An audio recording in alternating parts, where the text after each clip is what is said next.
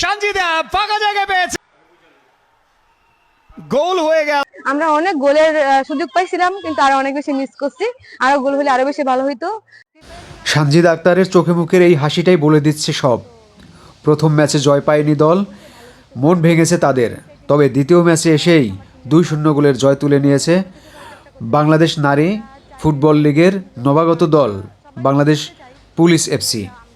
সদ্য পুষ্করণী যুব স্পোর্টিং ক্লাবকে 2-0 গোলে হারানোর ম্যাচে ডেডলকটা ভাঙেন সানজিদাই। 21 মিনিটে তার দুর্দান্ত গোলে এগিয়ে যায় দল। এরপর 75 মিনিটে আইরিন আক্তারের পেনাল্টি থেকে 2-0 ব্যবধান করে বাংলাদেশ পুলিশ এফসি। শেষ পর্যন্ত ওই গোলের লিড নিয়েই মাঠ ছাড়ে তারা। কারণ আমরা তো যে কোনো ম্যাচে ভালো খেলতে পারলে নিজেকে অনেক বেশি নেক্সট ম্যাচ আরো বেশি ভালো করবো, এরকম কিছু আর কি মনে করি। আমাদের যে কোনো কিছু বিনিময়ে হচ্ছে 3 পয়েন্ট নিতে হবে, ভালো খেলতে হবে। আর আমি যেহেতু সিনিয়র প্লেয়ার, তো আমার একটু থাকবে যে আমার বেস্টটা দেওয়ার জন্য।